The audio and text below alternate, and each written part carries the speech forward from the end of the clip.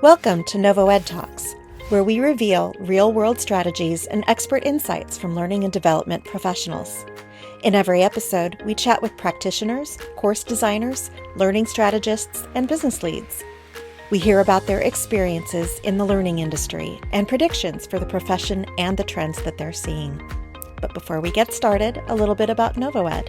Founded at Stanford's Social Algorithms Lab in 2012, NovoEd is a people-centric, capability-building platform that combines social and collaborative learning to drive performance readiness at scale.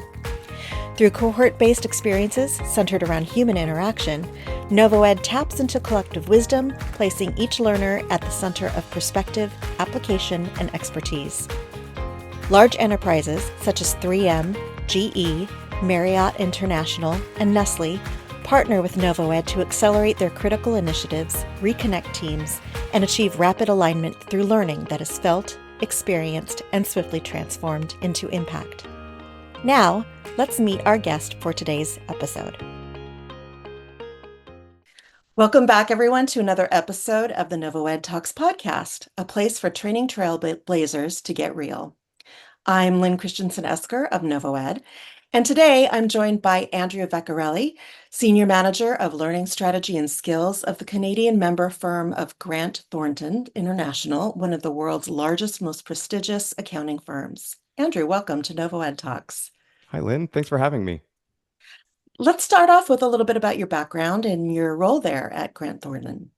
Yeah. So I'm Andrew Vecchiarelli, and my mandate is really around how do we really drive a more intuitive, personalized, and frictionless experience for our colleagues at the firm. Our firm offers audit, tax, accounting, and advisory services to private and public organizations. We have about 3,000 colleagues in offices across Canada. And I think the thing that really makes our firm unique is that we operate with a people first culture. We're proud to have been recognized as one of Canada's best places to work for 17 years in a row. And I'd say our culture is really the thing that defines us the most and the thing that we're most proud of. What about that culture? And I think maybe my next question also might come into that a little bit. You've told me that trust, collaboration, and diversity of thought are the foundations that enable people to think and work in new ways. Can you expand on that and about the cultural part of what you just said? Yeah, I mean, our culture is really one where we're not just trying to provide a service. We're truly feel that our best selves forward when we are helping our clients, our colleagues, and our communities thrive. And you really can't do that without a mindset of inclusion, without a mindset of diversity, and learning from each other, finding new ways to work, being able to take different perspectives in and take that back is not just how we work best together, but also how we engage with our clients. And I think, again, that's one of the things that kind of sets us apart. And one of the things, yeah, that we really find is a differentiator. One of the things that draws people to live our purple, as we as we call it. Well, so who are your learners and what are some of their biggest challenges? Is it working with customers or what are you trying to address there? Yeah, we're responsible for supporting everyone at the firm from co-ops that are just beginning their CPA journey to partners that are managing a specific portfolio of our practice. And yeah, I would say that it runs the entire gambit between those just really early in their career to those who are really well established and have really built some foundational client relationships. Uh, Although, regardless of where they are, the thing that they struggle with the most is actually this rapidly evolving regulatory and policy environment. There's been, I guess, to put it kindly, some division between some of our different CPA governing bodies in Canada. There's been a change in perception of the profession, which also impacts the way that we attract talent to the firm. So it is not one that is uh, immune to the disruptions that we've been seeing over the past few years.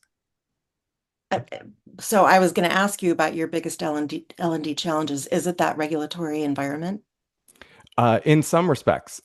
So even from an L&D perspective, I would say that it's kind of on the cusp of two things. We have a very foundational culture of learning is very important, and that's partly because as part of CP like professional designations, there's a certain number of professional development hours that everyone needs to continue to maintain their certification. Uh, but really, then the difference there is that it's less about what and more about like how much. So we never have a shortage of being able to provide training or development. It's always in high demand. In fact, one of the things that sets us apart is that we specifically have as part of their uh, as part of their ongoing development and time commitments is time set aside and dedicated to learning. But we're spending so much time focusing on what has changed and what the new policies are that it's just trying to keep up, and Mm. it's not really giving us the foundation we need to prepare for the future of broader disruption that's, I mean, realistically already here. So that's really our nuance, that's our challenge. How do we do both? How do we make sure that they can still be the advisors that they need to be to our clients and provide the right advice, the right guidance, the right services, and also prepare for what will be a future that we're not really sure how it'll continue to evolve and change, and be ready for that disruption. So you're having to essentially play catch up and just be here in the present, but kicking the can down the road. That's Yeah. that's a tough position to be in. You mentioned just a few minutes ago that your learning ranges from people who are just entering the profession, just coming into the company, and others who are very senior.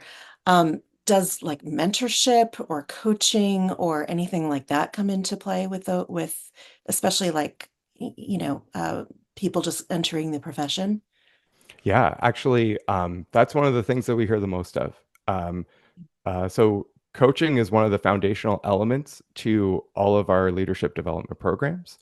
And it is one of the largest expectations that we have, because really the most important thing that a leader can do is to prepare their successor for the role that they currently have. I mean, it's sort of like the passing of the baton is critical. What we've found, though, especially for uh, a professional practice like ours, mentoring is the one that we're most craving and has been the biggest fallout from the pandemic. Um, you don't have those side by side, desk by desk conversations anymore, or the conversations at the cooler that were actually critical to developing people and the je ne sais quoi, I guess, of the profession, because it's not just about the technical aspects. It's also the cultural aspects or the nuances that you get that's sort of passed down through experience. And so mentorship is actually now the one of our biggest focuses on, because it's not just about the basics of what does this particular policy say or this audit framework mean, but really how it all interacts in all of the work that we do, or what it truly means when you think critically about it, that you only get through years of experience doing these types of things. And that's really where a lot of our focus is now. And how do we prepare those, whether they're co-ops or first year analysts, moving into a more senior analyst role, and then ultimately then moving into more managerial roles, is the mentorship component is been critical, and also one that we're actively trying to solve for, because the context of the way that we work has changed. How are you handling that right now, and where would you like to be? Yeah, that's a great question. The As it stands right now, we're looking for ways to make it happen a bit more organically. So instead of it just being like an e-learning program that's launched that we're just tracking for completion, it's also the discussion. So whether it's through a community of practice, a skills accelerator, how do we bring people together in a more intentionally designed way so that it can be a valuable conversation, but also have the nuance to focus on maybe a particular client or engagement or business problem that's currently in flight and related to their context, instead of just like a random example we gave that's only going to be applicable to like maybe 10% of the people going through it.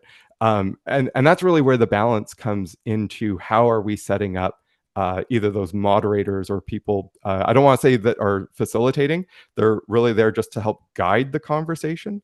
So it's almost like the introduction of the moderator has been critical to those more um, hopefully organic experiences, although we're still just testing them out. We don't know what the broader impacts of them are going to be yet. So this kind of sounds to me like, with the absence of water cooler talk and that kind of thing, that you're using technology maybe a lot in your L&D programs. Is that true? And if so, how do you leverage tools and platforms to enhance your learning and development experiences? Yeah. So like technology is, uh, I would say, one of our great strengths for how we make that vision come to life of making learning more intuitive, personalized, and frictionless. Mm. Uh, I would say that actually one of the things that kind of got in our way is that we were moving down this path, and stop me if you've heard this one, of learning and development acting like a silo, where we weren't engaging. I don't mean our business partners, but I mean like the rest of the firm in the way that we thought about how it all comes to life. So our biggest gap is people data, and one of our biggest strengths is the creativity of how we use technology to bring people together.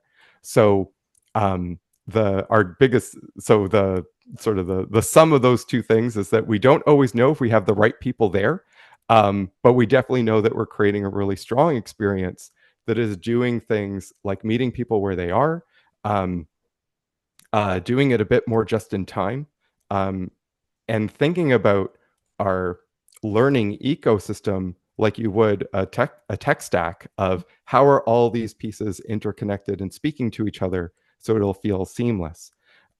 So that when I am going and I'm maybe taking a piece of e-learning, it's going to be relevant to the work that I have to do.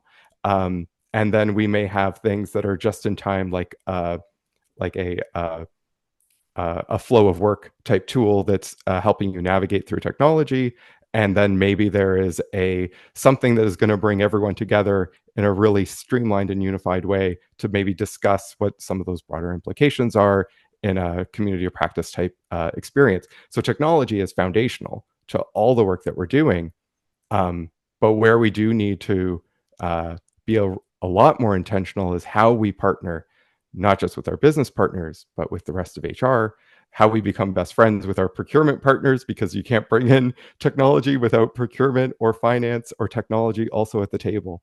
And those were things that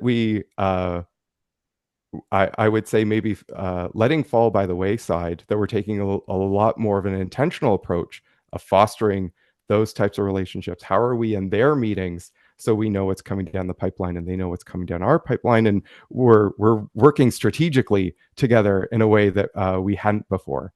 So yeah, it's it is very different than I would say how I may have operated. I won't speak for others, but 4 or 5 years ago, where learning and development was really just who am I working with as a SME to build learning, and now it's almost like being a centralized hub of being best friends with everybody. Definitely a bigger part of the business, right? Like how are you going about doing that? I mean, that's a challenge that I hear all the time. Yeah. Being more part of the business, being a strategic partner in the business. How are you going about doing that? Uh, I say in some respects, this may sound really weird, but I guess as a shorthand, it's we're trying to take a bit more of a uh, internal vendor approach. And I'll give the example of, so we might have updates that are happening to an LMS, updates that's happening to an LXP, updates that's happening across all these different technology platforms that we have. And no one really understands what's coming, what changes they're requesting, because it was a pain point that we don't have control over, or what are some of our own strategic directions in terms of how we want to make learning and development come to life, especially as it relates to future focused skills, which are still in the still as part of our roadmap. If we are not bragging about what we're specifically doing, let's say it was a some kind of gamification and badging campaign, other people don't know that this is some like a lever that they can pull as part of their own strategic initiatives that they're working or a gap that they currently have. So we actually kind of need to consolidate um, that strategy and tell people about it in a way that is almost like the like what is our patch notes of the enhancements that we're making or the things that we have on the horizon or new learning programs that are taking a more like again that water cooler approach, and what was our reasoning behind it so other people can say I want that too. So that's kind of where we're now moving toward, where we're acting less like just the function that takes orders and being more like this is the strategic thought partner who has all of these different opportunities available where we can partner together. So that's gained it's given us a lot of really interesting opportunities to talk in new ways or think about things in new ways instead of having just one leadership development program. How do we look at it so that we have a firm-wide perspective on leadership and a bespoke version for a certain service line that has different requirements for what their managers do every day? Like basically, how do we make it come to life in their context in the broader thing of all the things leaders need to do? And being that integrator is, again, becoming our strategic value proposition. That's really thoughtful, and I'm sure that's where a lot of people are struggling to kind of get to, and it seems like you're being very proactive about it. What as you move towards that way of being a really strategic business partner, how are you looking at the future, both internally there at Grant Thornton and also the future of L&D in general, externally? What trends do you think are going to shape the way your organization invests in employee growth? Yeah, I think I'm going to say AI, but just as the jumping off point, because I think AI is actually an output to a and a reason for a really strong skill strategy. And the challenge we had before is that skills just looked at that thing L&D was going to solve for us, instead of looking at it as this is a seismic shift in the way that we think about how we operate as a firm, which requires a lot more support and sponsorship than implementing a premium catalog or flicking a switch in some technology that says I have X skill. Right. Um, so, and the reason why I started with AI is because the prevalence of it, because it's always been there, but now it's just been a lot more accessible. People see the value of AI and are either terrified of it or really excited by it, which is leading to more strategic initiatives around maybe we need to figure it out. But it always needs to be in service of to what end? And I would say without a strong skills strategy, that's the piece where AI is only going to get you so far. Because if you can't identify what are the skills that is actually going to augment, what does that then mean to your talent pool? And what are we going to do with the talent that maybe is can be moved to other areas, or how do we upskill them so that they're better able to make the right decisions in the way that things are implemented or that they're using it every day. um, these are all at its core foundational to a really strong skill strategy. And so the future of learning and development, going back to that question, is really one that needs to be less siloed as its own sort of function within the company, and really one that is 100% integrated into the way we just think about talent. So from the way that they're onboarded, to the way that they're developed, to the way that they're moved, because that can't just be a learning and development accountability on its own, and it requires so much support. And everyone needs to really be on the same page around where are we going in terms of becoming that skills-based organization. And then you can do really cool things like implement AI. You can do other things that aren't even related to AI, but also like how do you create more how do you upskill people into completely different professions, because an emerging skill, an emerging advisory practice is now starting. You don't need to go to market to try and find really expensive talent. You can build that talent, which again, critical from an L&D perspective to be tapped into those strategic initiatives. So again, we sort of become this really interesting hub of how do we start making connections not only to other teams and groups, but bridging some of those gaps that maybe weren't there before. So yeah, I see learning and development as it stands, probably maybe an unpopular opinion, or maybe preaching to the choir, severely understaffed for what the future of work and talent development is actually going to need as technology continues down an unprecedented accelerated path. I fully believe that that any audience out there is probably nodding their head and agreeing. That's I totally agree, and that seems to have wrapped up everything in a beautiful little bow. So thank you so much, Andrew. Your perspectives have been so insightful and thoughtful. It's been a real pleasure. And thanks to everyone for joining us for this episode. See you next time on the NovoEdTalks podcast.